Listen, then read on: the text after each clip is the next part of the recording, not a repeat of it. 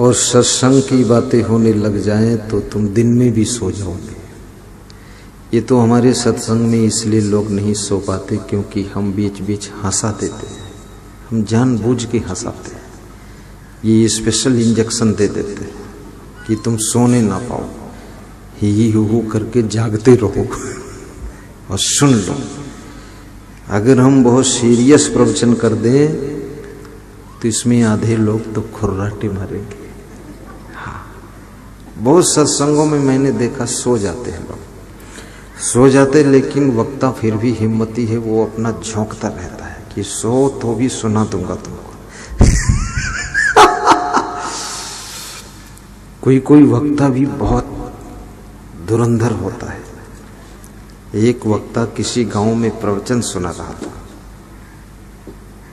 तो गांव से लगभग 200-400 लोग इकट्ठे हुए, किसी हाल में सत्संग था।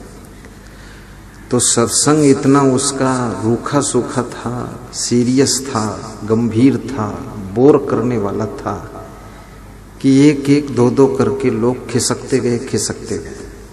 लेकिन वो वक्ता चालू रखा। रात के 11 बज गए, रात का सत्संग था।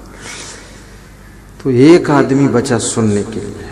तो उस वक्ता ने कहा, जिनके भाग्य में होगा वही सुनेगा, और तुम अकेले बचे हो, तुम सच्चे श्रोता हो, तुमको मैं रात भर सुनाऊंगा।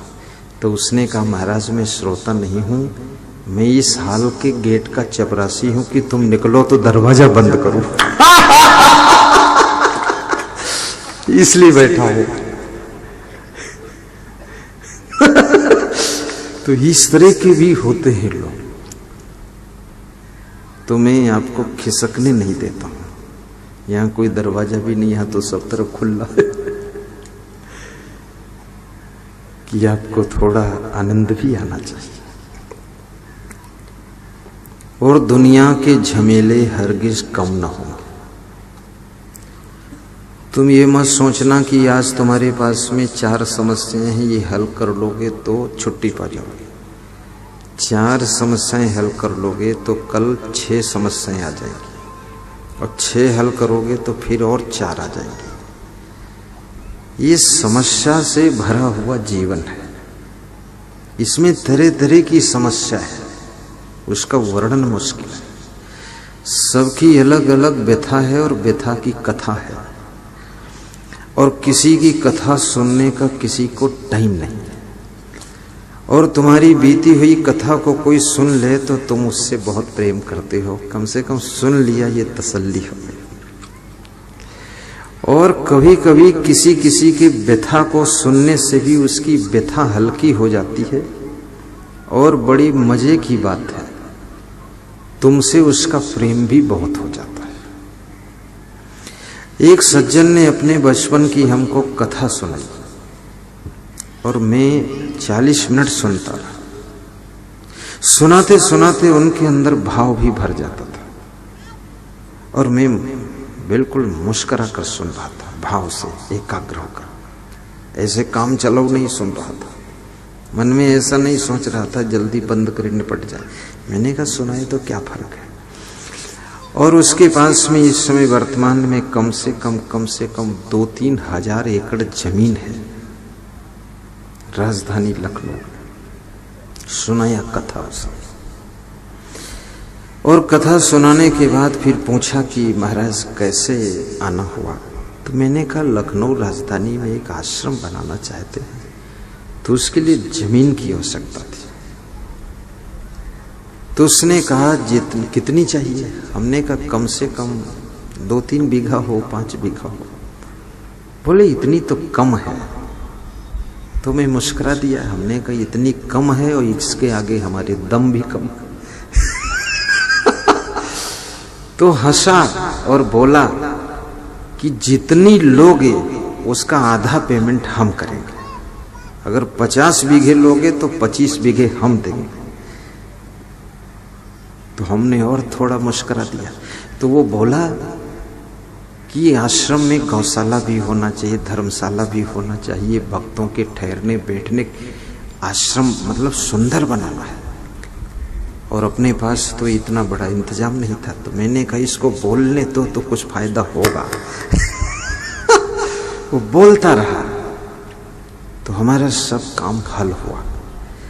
तो उसने कहा 1 हफ्ते बाद आपके साथ मीटिंग करूंगा। मेरे को 4 हफ्ता हो गए, मैं गया ही नहीं। अब लगता है मैं महीना 2 महीना हो जाएंगे फिर शायद पहुंचूं कि उसके पास। वो कह रहा था यहां सत्संग पास होगा तो मैं खुद आऊंगा। किसी की बात को तुम ध्यान से सुनोगे, तुम अपनी पत्नी की बात को भी अगर ध्यान से सुनोगे तो स्वादिष्ट भोजन मिलेगा आपको और 2 प्रकार की सब्जी मिलेगी। और यदि बात नहीं सुनोगे तो अलवा जलवा बना देगी, उल्लुल जुल्लुल बस हो जाएगा। इसलिए कितनी पत्नियां शिकायत करती कि हमारी बात तो सुनते ही नहीं वो। तो मैंने कहा क्या बहरे हैं? बोले बहरे नहीं हैं, सबकी सुनते, बस मेरी नहीं सुनते। तो सब पतियों से मैं कहूंगा इनकी राम कहानी भी सुन लिया करो, क्योंकि सुनने से इनकी पीड़ा कम हो जाएगी, सुनने से इनको प्रसन्नता हो जाएगी, सुनने से इनका मन हल्का हो जाएगा। और ये जीवन की कहानी किसको सुनाए, तुमको न सुनाए तो किसको सुनाए। इसलिए पति को घर में जाकर श्रोता भी बनना चाहिए और इनकी बातों को प्रेम से ऐसे सुनना चाहिए जैसे गुरुदेव का प्रवचन सुनते हो, आनंद लेना चाहिए। आज माताएं बहनें खुश हो रही कि अब अपना प्रवचन इनको सुनाया करेंगे। पुरुष लोग घबरा रहे हैं कि इतना लंबा प्रवचन कौन सुनेगा रोज। घबराइए मत, सुनी समझे ही जन मुदित मत। तो प्रवचन कैसे सुनना चाहिए, सत्संग कैसे सुनना चाहिए? मुदित मन से। और मज्जहि अति अनुराग। मज्जहि माने होता है स्नान। क्या होता है? स्नान। मज्जन करना यानी स्नान करना। तो स्नान 2 प्रकार की होती है। एक तो आप जल से स्नान करते हैं, पानी से। तो पानी से जो स्नान आप करते हैं उससे शरीर का मैल धुलता है, पसीना धुल जाता है, मैल धुल जाता है, धूल धमास सब साफ हो जाती है। तो शरीर की स्नान जल से होती है। अब लोगों के शरीर में मैल भी बहुत लगता है तो जल के साथ साबुन मिला दी जाती है कि और रगड़ के साफ करो। ऐसे जल ही पर्याप्त था, लेकिन जल के साथ साबुन और विशेष मैल निकाले। अब ये मन का मैल कैसे धोगे? तन का मैल तो जल से धुल गया, साबुन से धुल गया, लेकिन आपके मन का मैल कैसे धुलेगा? ओढ़ के मैली चादर द्वार तुम्हारे कैसे आऊं? ये मन की चादर में मैल लगा हुआ है, बहुत मैल लगा हुआ है। और इस मन की चादर में तो इतना मैल लगा हुआ है कि इसमें कोई स्पेशल साबुन बनाना पड़ेगा। ये रामायण है, गीता है, भागवत है, बीजक है, कबीर के दोहे, सूरदास के पद, मीराबाई के गीत, उपनिषद, वेद, नीति शास्त्र, प्रवचन, कथा, भागवत, ये सब मन के मैल को धोने के लिए ही है कि मन निर्मल हो जाए। तो ये मन गंदा कितना है, गंदा हुआ क्यों, गंदा हुआ कहां से, और गंदा कौन करता है, और ये गंदगी आने का रास्ता भी बंद किया जाए। क्योंकि इस तरह से तुम कितना धोगे इसको। जैसे किसी पशु को स्नान कराओ वो फिर धूल में लोट ले तो वैसे वैसा होगा। तो धूल में लोटना भी बंद करना पड़ेगा। तो मन निर्मल हो, लेकिन इसमें मैल जहां से लग रहा, जैसे लग रहा है, जिस संगत से, जिस वातावरण से, जिसके वजह से, वो वजह भी खत्म करनी पड़ेगी। कुसंग से मन में मैल लगता है, कुसंगत से। ये कुसंगत बहुत खतरनाक चीज है। अच्छे भले लोग कुसंगत में बिगड़ जाते हैं, अच्छे भले लोग। इसलिए एक कवि ने बहुत अच्छा कहा है कि काजर की कोठरी में कैसो हो सयानो जाए, एक लीक लागी है पै लागी है। काजल के कमरे में जिसकी दीवार में काजल, छत में काजल, दरवाजे में काजल, फर्श में काजल, उसमें कितना ही बुद्धिमान, समझदार, होशियार, चतुर जाए, पर कहीं न कहीं तो लग ही जाएगा। काजल की कोठरी है। और कबीर साहब कहते हैं कि काजल की कोठरी और काजल ही का कोट, और बलिहारी दे पुरुष की जो निकरा वोट ही वोट। कबीर साहब भी बड़े मजेदार है, कहते हैं काजल की ही कोठरी और काजल ही का कोट, और बलिहारी दे पुरुष की जो निकसे ओटे वोट, जो ऐसे बच के निकल जाए कि दाग लगने ही न पाए। ज्यों की त्यों धर दीन ही चतरिया। इस जीवन की चादर को ज्यों की त्यों धरना बहुत कठिन है, इसलिए कुसंग से दूर रहा जाता है। और कुसंग भी सबके लिए अलग अलग है। जैसे तुम रोज पान ठेला पर खड़े हो, वहां भी कुसंग ही है। ताश खेलने वालों को देख रहे हो, वो कुसंग है, एक दिन तुम भी पत्ता फेंकना शुरू करोगे। जुआ खेलने वालों के पास खड़े देख रहे हो कि कौन हारा कौन जीता, वो कुसंग है, एक दिन तुम भी हार जीत में शामिल हो जाओगे। शराबियों के पड़ोस में रहना, उनके साथ साथ समय ज्यादा बिताना कुसंग है। बच जाओ तो सौभाग्य है, और गिर जाओ तो दुर्भाग्य है। बीड़ी पीने वालों का संग ज्यादा पड़ रहा है, तो कभी तुम्हारे मन में हो जाएगा ना पीने से भी क्या फायदा, आखिर ये चारों तरफ लोग पीते हैं, इनका धुआं जुठार कर फेंकते हैं, तो वो तो हम सूंघते ही हैं, तो अपने मुंह से खींच ले, क्या फर्क उसमें। इनका जूठा धुआं सूंघित है, आखिर भाई तो धुएं और सांस समझात है, इसलिए डायरेक्ट खींच लो। अब ये नहीं पता बीड़ी पीने से फायदा क्या है। थोड़ा सा नशा चढ़ता है, मुंह से खींचते हैं और फिर मुंह बंद कर लेते हैं, तो कहीं से निकलेगा ही धुआं। आखिर अंदर धुआं भरने कोई थैला थोड़े, तो जब दबाव पड़ता तो नाकस निकल जाते, जब नाकस निकले तो थोड़ा खोपड़ी बनना ही जाती है कुछ। तो थोड़ा सा नशा चढ़त है, उसमें उनको लगत है कि बड़ा गुम गुम लगता है कुछ। मैं तो पिया नहीं, मैं आइडियाज बता रहा, और जो पिए है बीड़ी उनको पता है। अब उनकी बीड़ी छुड़ाने के लिए पूरा घर जुटा हुआ है, बीड़ी नहीं छूट रही। घर के लोग कहते हैं, रे तुम दूध डबल पी लो लेकिन बीड़ी छोड़ दो। तो कहते दूध जो गिलास भर मिलते यहाँ बेच के बीड़ी बंडल ला दो तो ज्यादा ठीक है। इतना खतरनाक आदत पड़ गई। कितने लोग दूध बेचकर उसके बाद दूध के पैसे से दारू खरीद कर पीते, और दूध को अमृत कहा गया है, अमृत बेच देते, और दारू को जहर कहा गया है, और जहर खरीद कर पी लेते। क्या दुर्भाग्य। शाम को यदि आप खूब पका हुआ दूध एक गिलास पीते हैं और मुट्ठी भर भुने हुए चने चबा लेते हैं, रोज नहीं कभी कभी, तो आपके पेट में कब्जियत नहीं रहेगी। लेकिन कब?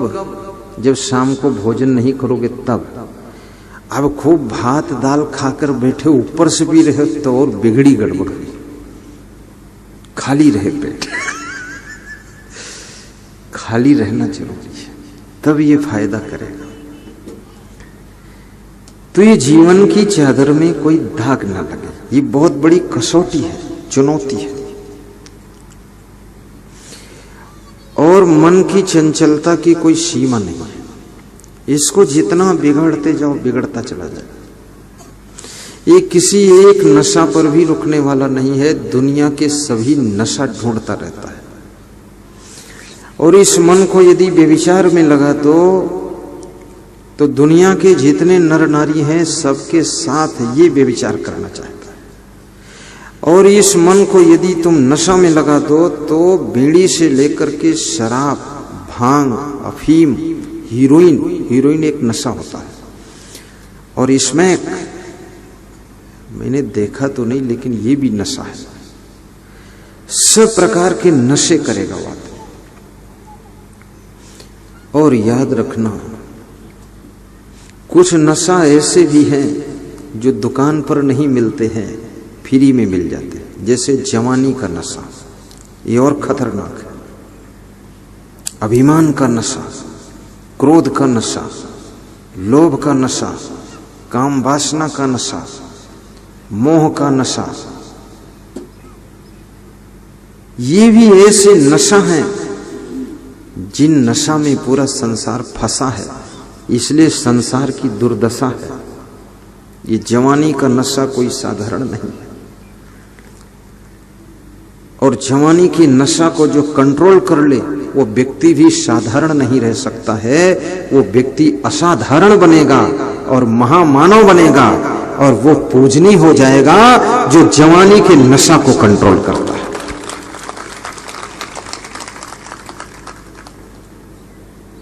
और ये जवानी सबको मिलती है, फ्री में मिलती है। गृहस्थ को भी मिलती है, स्त्री को भी मिलती है, पुरुषों को भी मिलती है, साधु को भी मिलती है, चोर को भी मिलती है, उग्रवादी आतंकवादी को भी मिलती है, राजनेता को भी मिलती है। जवानी तो मिलती, पशु पक्षियों को भी मिलती है। लेकिन जवानी की शक्ति को कौन किस तरह से प्रयोग कर रहा है, कौन कहां प्रयोग कर रहा है। जवान तो हो गए, लेकिन ये जवानी खर्च कहां किया है?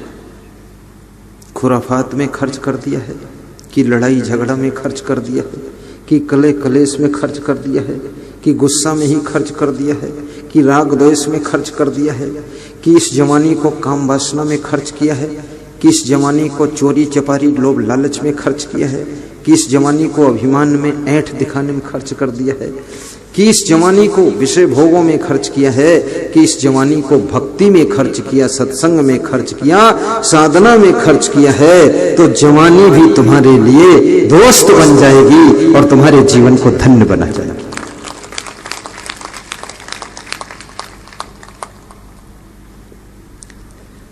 और जवानी में जो संभल गया वो बुढ़ापे में दुखी नहीं होता है। और जवानी में जो फिसल गया तो जवानी भी दुख में डूब जाती है और बुढ़ापा भी दुख में डूब जाता है। दुख कोई दूसरा देता ही नहीं है, दे सकता भी नहीं है, देने का कोई उपाय भी नहीं है। अपनी गलतियों से तुम दुखी होते हो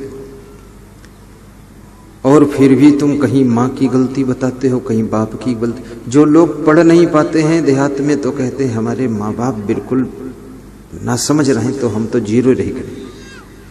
तो उनसे ये पूछो कि ये जितने लोग हैं संसार में,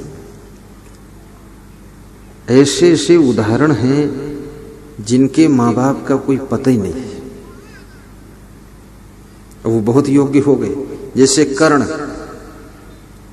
कर्ण का जब जन्म हुआ कुंती के द्वारा तो कुंती ने कर्ण को नदी में प्रवाहित कर दिया। अब किसी दूसरे देश में उनका पालन पोषण हो गया, वो बड़े हो गए और इतने योग्य हो गए कि अर्जुन भी उनके सामने टिकता नहीं था। सोचो, जब कर्ण और अर्जुन का युद्ध शुरू हुआ तो कर्ण बाण छोड़ता था तो अर्जुन का रथ 3 कदम पीछे हट जाता था, और अर्जुन जब बाण मारता था जिनके बच्चे हैं वे कंट्रोल करें, ये खेल कूद का मैदान नहीं है। और राधेश्याम मुझको मत देखो, बच्चों को देखो, वहीं पहुंचो। और भैया इस गांव का कोई आदमी लग जाओ नहीं, प्रवचन बिगड़ जाएगा। ये खेल, जिसका बच्चा वो ध्यान ही नहीं देते, अपने बच्चे पकड़े जो वो अपन मस्त सुनते है कि बच्चा चाहे जहां कूदे तुम सुनाओ वो बस। अब हाँ जाइए बसंत जरा पकड़िए, किसी का बच्चा यहाँ कूदने फांदने न पाए, वो बच्चा लाया करो जो चल नहीं पाता है, वो तुम्हारे गोदम पर आ रही, और या तो वो बच्चा लाओ जो समझता है, और बीच के मीडियम आकार वाले मत लाओ, वही हुड़दंग बचाओ थे। हाँ यो हम होशियारी सीखते, साहेब बंदगी बोलो। तो अर्जुन जब बाण मारता था, ध्यान को एकाग्र कीजिए,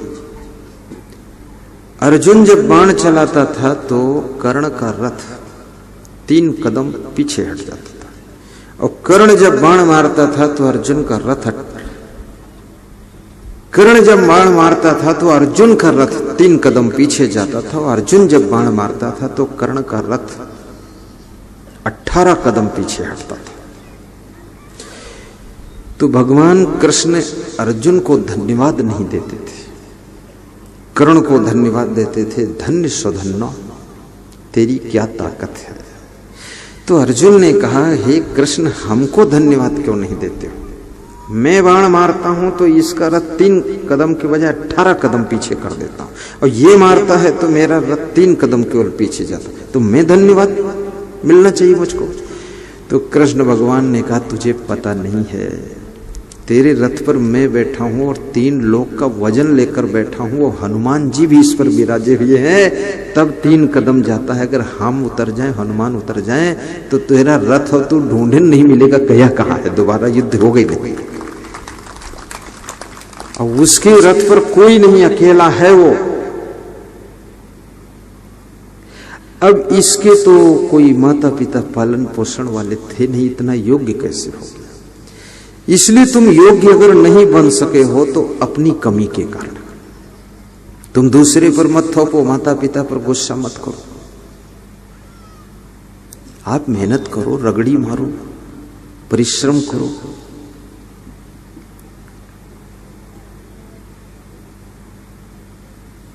योग्यता हासिल करने के लिए संकल्प और प्रतिज्ञा होनी चाहिए, और योग्य व्यक्ति की आवश्यकता हर क्षेत्र में है, हर फील्ड में है, हर विभाग में है, हर जगह है। अगर सुयोग्य साधु मिल जाए तो ऐसा कौन गुरु है जिसको गले से नहीं लगाएगा। सुयोग्य पुत्र हो तो ऐसे कौन माता पिता हैं जो उसकी चिंता नहीं करेंगे। और सुयोग्य कोई नेता हो तो ऐसा कौन है जिसको पार्टी में रखेगा नहीं। क्योंकि पार्टी के नेता भी चाहते कोई दमदार आदमी मिले हमको, क्योंकि अकेले की दम से कुछ काम ही नहीं हो रहा है, ढूंढते रहते हैं। दमदार के बिना पार्टी समाप्त हो जाती है। राजनीति में भी योग्य आदमी का महत्व है, और प्राइवेट जितनी कंपनियां हैं उनमें भी योग्य अधिकारी और योग्य कर्मचारी की तलाश है। मुझे भी योग्य भक्त की तलाश है कि कोई भूरे सिंह जैसा मिले, कोई महेश राम पटवारी बघेरुआ जैसा, सुरेंद्र इंजीनियर जैसा मिले। खड़े क्यों नहीं होते, खड़े हो जाए करो, लोग जाने तो यही है। हाँ, कोई पप्पू यादव जैसा मिले, बघेरुआ वाला कहाँ, उधर वो हेट लगे, ऐसा मैं भी तलाश में बैठू। कोई मुकेश अग्रवाल जैसा मिले, मानवीर यादव जैसा मिले, आगरे जैसा, संतोष अग्रवाल जैसा, खड़े हो जा करो। शिवम खड़े हो, ये देखो, ऐसा मैं ढूंढ रहा हूं, बैठो। राजसमंद के हमारा भक्ति राजसमंद वाले जैसा मिले, राजस्थान से। हम भी योग्य भक्त ढूंढ रहे हैं, महेंद्र पाल कुरावली जैसा भक्त मिल जाए हमको, ऐसी तलाश है मुझे। विक्रम सिंह जैसा भक्त मिले, लखीमपुर खीरी, ये देखो, इनकी तलाश में लगा रहता हूं मैं। शर्माया मत करो, खड़े होकर हाथ जोड़कर चारों तरफ घूमो। वो खड़े हो, फिर से हाथ जोड़ के चारों तरफ नमस्कार करो, सब देखें, मुखमंडल दर्शन। हाँ, ये बात, बैठ जाओ। सत्यदेव आचार्य जैसे भक्त की हम तलाश कर रहे हैं, घीप वाले घिरोर के पास। ये हमारे 25 साल पुराने, छोटे थे, ये भी छोटा था, मैं भी, और गुरु चेला बन गए थे। इन्होंने भी देखा यही गुरु ठीक रहेगा, एक दिन तो होशियार हो ही जाएगा। सबसे पहला शिष्य है ये। उस समय किसी को मैं शिष्य ज्यादा बनाता भी नहीं था, क्योंकि हम ही संभल रहे थे। पर ये बोला तुम संभल चुके हो, बनाओ हमें, दोनों जन साथ में संभल जाइए, हो जाइए।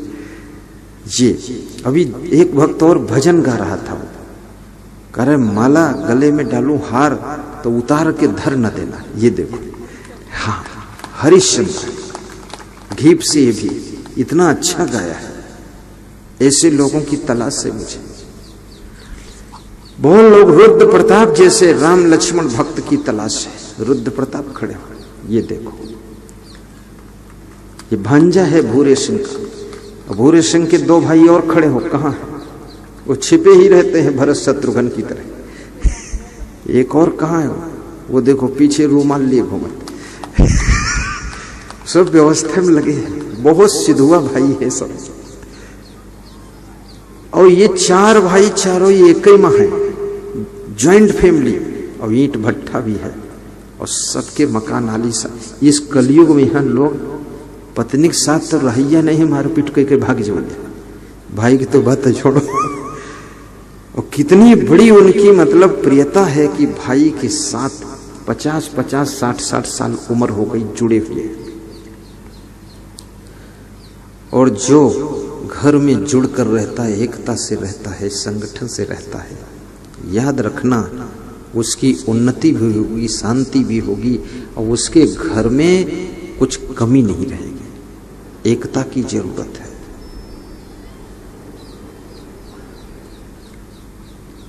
तो मेरे कहने का अर्थ है कि योग्य बनो, और योग्य बनने के लिए आपको स्वयं परिश्रम करना पड़ेगा। आलसी किसी योग्य कभी बन नहीं पाता। कामचोर व्यक्ति योग्यता का प्रयोग नहीं कर पाता है। कामचोर है, जब इधर काम शुरू हुआ तो उधर निकल गया, जब रोटी सेकना हुआ तो स्नान करे चला गया, और जब खेत में काम हुआ तो ससुराल निकल ले से, और दुकान पर काम हुआ तो बताओ बीमार हम तो मुख्य अस्पताल में भर्ती। कुछ न कुछ बहानेबाजी रोज करता है।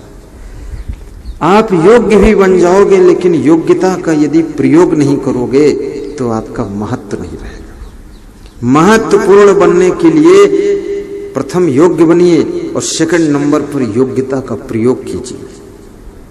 आपके अंदर जो गुण है, कला है, हुनर है, अनुभव है, उसका प्रयोग करो। और अपनी योग्यता का प्रयोग करने में सबसे बड़ी बाधक चीज है शर्म। कितने लोगों को शर्म बहुत आती है, इतना शर्माते हैं कि भोजन करते समय शर्माते हैं तो मुंह से चबाते नहीं, ऐसे निकल जाते, मुंह नहीं चलाता। और भोजन करने के बाद हाथ धोए में शर्माते, तो ज्यों त्यों धोई लीन, वाठे चाट लीन, निकल के कहीं हुई है।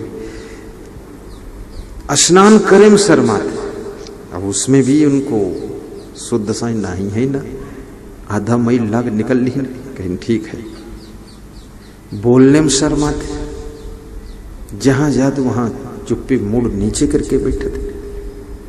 सीधे बैठो, देखो, शर्माओ मत।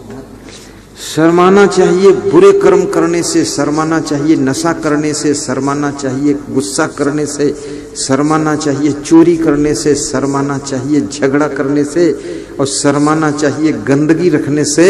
अच्छा काम करने में बिल्कुल नहीं शर्माना चाहिए। प्रेम से मधुर मधुर उसको खुश होकर के करना चाहिए। उसी से तुम्हारी योग्यता का प्रयोग होगा, और उसी से तुम महत्वपूर्ण व्यक्ति बनोगे, इंपॉर्टेंट मैन बनोगे।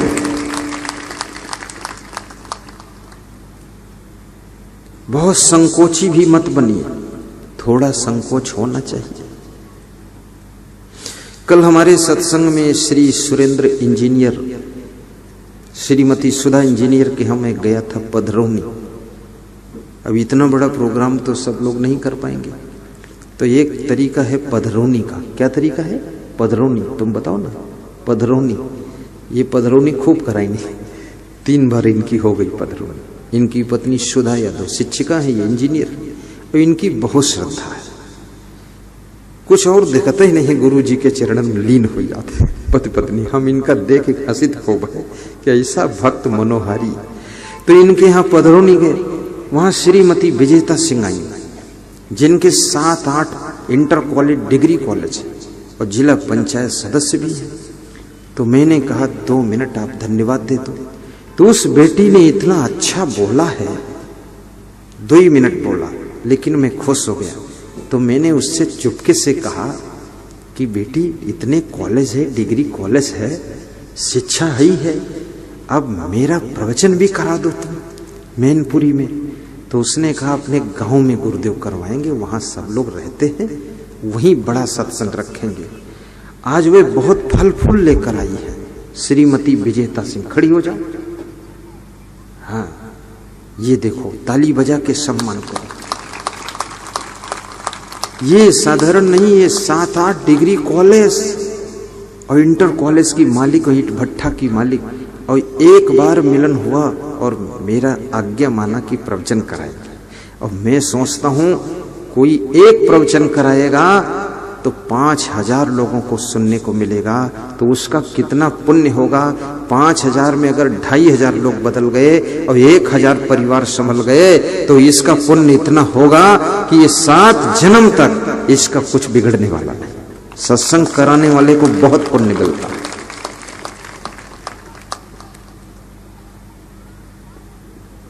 तो संकोची भी ज्यादा नहीं बनो, जहां बोलने की जरूरत पड़े बोला भी करो। और आलसी तो बिल्कुल मत बनो, फटाफट कार्य करो, स्पीड से करो, दौड़ दौड़ कर करो, धीरे मत चला करो हर जगह। कितने लोग ऐसे चलते जैसे बूढ़ हाथी जा रहा है, पांव ही नहीं उठाओ। बुढ़ापे में भी दौड़ जाओ। माताओं बहनों से कहूंगा, अपने घर में सीढ़ी चढ़ो उतरो तो दौड़ चढ़ो, बद बद बद बद, कभी घुटनम दर्द हो भी नहीं करी। अब ऐसे चलो कि जैसे चींटी चलते टुप टुप टुप, तो तुम्हारे रोम रोम दर्द हो, छलांग मार दो। दौड़ दौड़ के काम करना चाहिए, समय को बचाना चाहिए, और बचे समय में कुछ नया और कुछ और बड़ा करना चाहिए।